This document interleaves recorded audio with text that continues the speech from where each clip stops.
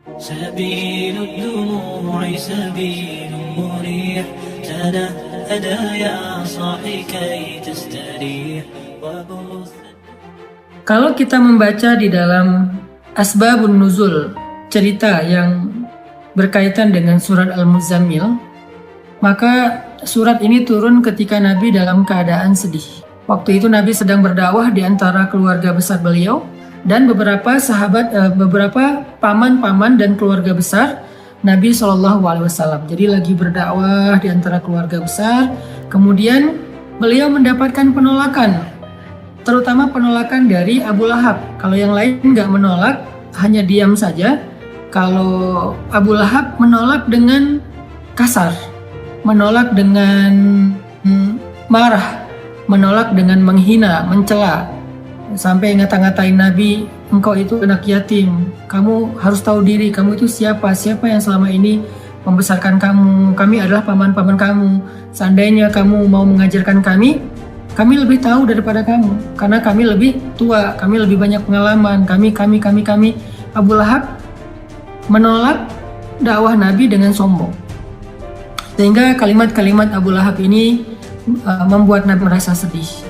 Setelah Nabi berdakwah kepada keluarganya, Nabi juga berdakwah kepada tetangganya, kepada beberapa orang yang beliau kenal, kemudian kepada masyarakatnya yang ada di kota Mekah, dan sebagian besar dari mereka itu menolak Nabi. Bahkan tidak sedikit dari mereka yang menolak Nabi dengan cara-cara yang menyakiti perasaan Nabi. Karena Nabi juga manusia biasa, beliau seorang yang pemaaf, beliau seorang yang lapang dada, tetapi beliau juga punya perasaan. Bukan berarti beliau plain, lempeng, nggak punya rasa gitu. Bukan, beliau juga seorang yang sangat halus perasaannya walaupun sangat pemaaf. Halus perasaannya walaupun sangat lapang dada. Sehingga kalimat-kalimat yang beliau dengar dari pemuka Quraisy yang durhaka itu menyakiti perasaan Nabi, membuat Nabi sedih. Dan yang lebih lagi menyakiti perasaan Nabi itu bukan karena dikata-katain, tapi karena justru Nabi kasihan sama mereka. Bisa ngebayangin gimana nasib mereka nanti di akhirat jika mereka menolak dakwah Nabi SAW. Sehingga dalam keadaan yang seharian Nabi lelah berdakwah, keliling ke sana kemari ditolak, ketuk pintu rumah nggak dibukain, datang ke sebuah tempat yang kerumunan orang diusir, Nabi diperlakukan seperti orang yang hina, seperti orang gila, semua menjauh dari Nabi. Sehingga Nabi pulang ke rumah di malam hari setelah seharian capek, dalam keadaan berkeringat, dalam keadaan kotor karena dilempari. Nabi pulang ke rumah, untungnya Nabi memiliki seorang istri yang sangat pengertian, sangat bijak, solehah, yaitu Sayyidah Khadijah.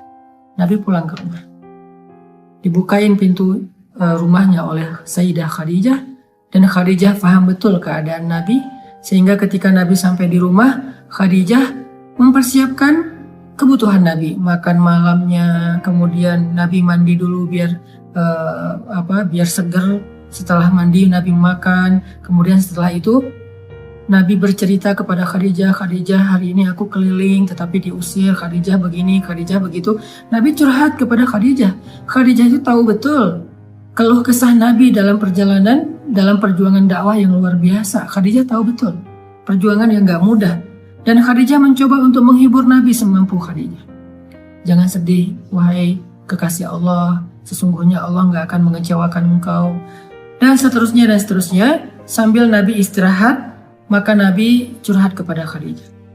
Lalu setelah semakin larut malam, Nabi pun tidur bersama dengan Khadijah.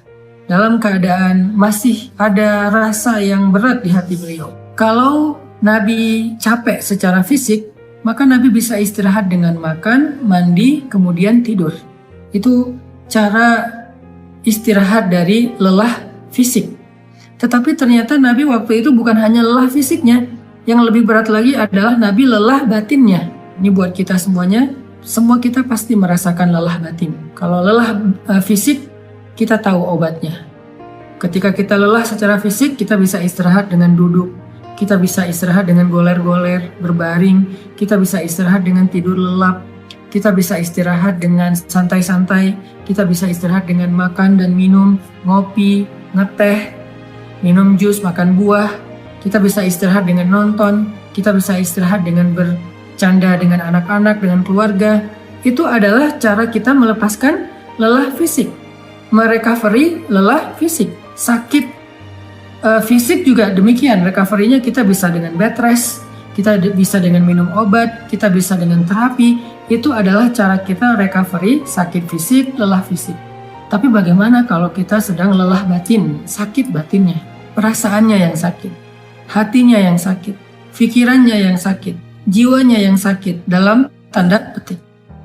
Gimana cara kita merecovery semua itu? Gimana cara kita ngobatin batin kita yang sedang terganggu? Gimana cara kita ngobatin hati kita yang terluka? Gimana cara kita ngobatin perasaan kita yang tergores? Ternyata bukan dengan entertain.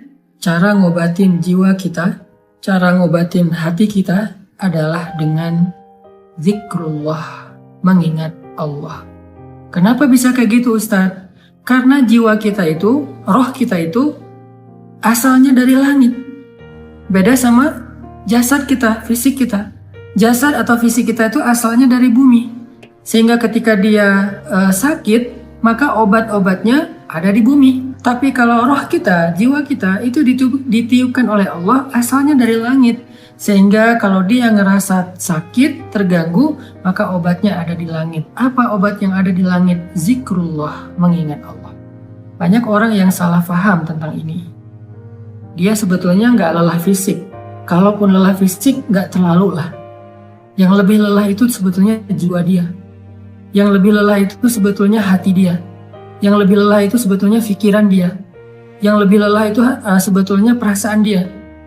Maka dalam kelelahan seperti itu, dia mencoba untuk merecovery-nya dengan cara jalan-jalan, dengan cara nonton, dengan cara entertain, dengan cara goler-goler, dengan cara tidur lelap dari pagi sampai sore, malam sampai pagi lagi. Dia pikir dengan begitu dia bisa melupakan rasa sakit hatinya. Ternyata setelah dia melakukan itu, lelahnya nggak hilang. Beban di hatinya itu nggak menjadi ringan. Luka di perasaannya itu nggak menjadi sembuh. Kenapa? Karena dia bukan sedang lelah fisik. Dia bukan sedang capek secara fisik. Dia bukan sedang sakit secara fisik. Dan itulah yang terjadi kepada Nabi SAW. Sehingga ketika Nabi pulang ke rumah, Nabi capek. Tapi yang lebih capek lagi perasaan dan hati beliau. Nabi istirahat bersama dengan Khadijah. Khadijah menyiapkan air hangat. Nabi makan bersama dengan Khadijah. Nabi curhat sedikit kepada Khadijah. Setelah itu Nabi tidur. Karena Nabi berharap dengan tidur, beliau bisa merecovery lelahnya beliau. Ternyata Allah tahu. Nabi bukan hanya butuh tidur.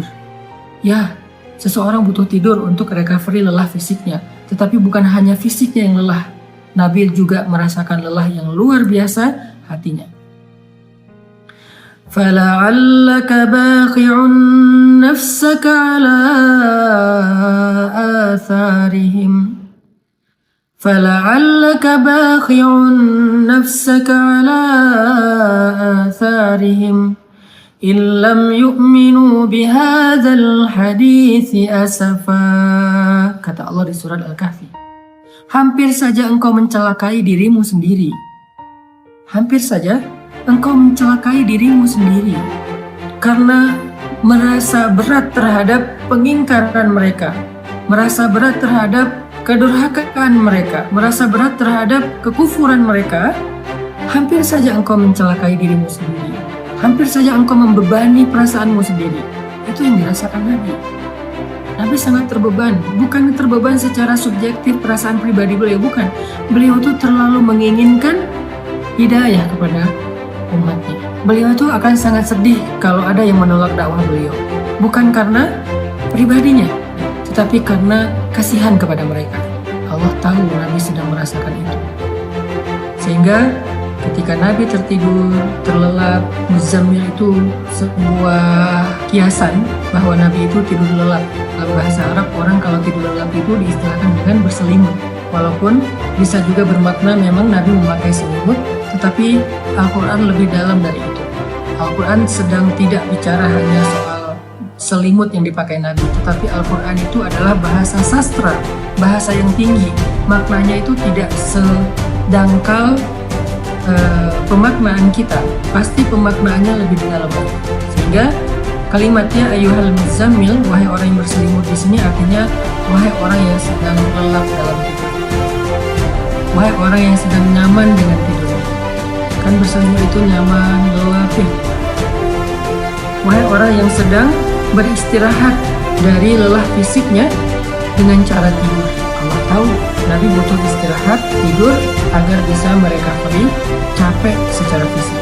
Tetapi Nabi juga butuh sesuatu yang bisa merecovery capek batin, perasaan, jiwa, dan pikiran beliau. Sehingga Allah berfirman, qumil lail, bangunlah di malam hari.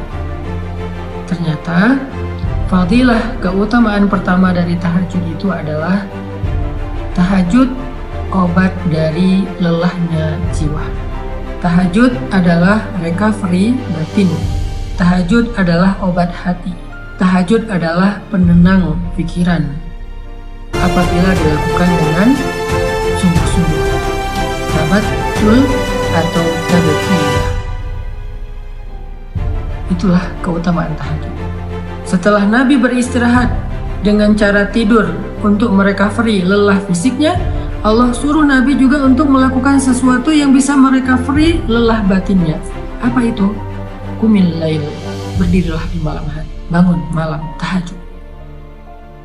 Sehingga buat kita semua yang pernah merasakan lelah batin, atau mungkin sekarang sedang merasakan itu, sedang ngerasa lelah batinnya, sedang ngerasa capek jiwanya, sedang ngerasa sakit hatinya, sedang ngerasa terluka perasaannya, sedang ngerasa galau pikirannya, qumil lail, bangunlah di malam hari, maka Allah Subhanahu wa Ta'ala akan mengobati luka di hati kita, seperti obat yang bisa menyembuhkan luka di fisik kita.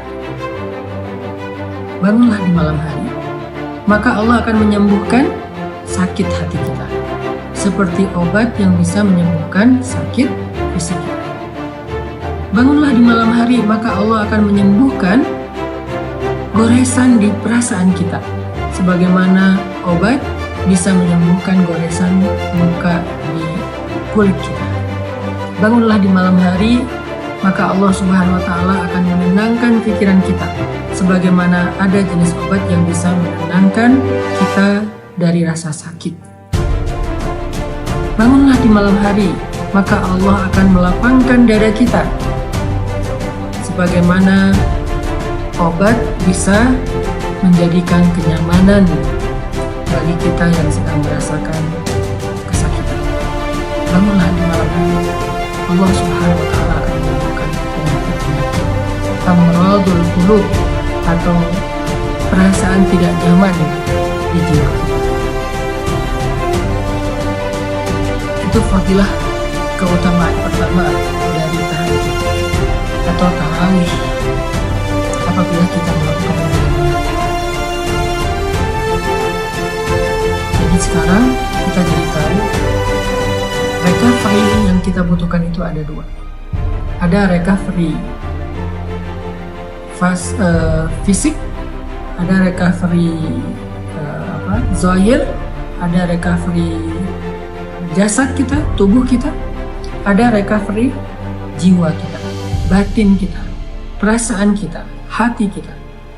Recovery fisik dengan istirahat, dengan tidur, dengan makan, dengan ngopi, dengan ngeteh, dengan makan buah, dengan minum jus, dengan entertain, dengan nonton, dengan jalan-jalan, dengan bersenda gurau dengan keluarga.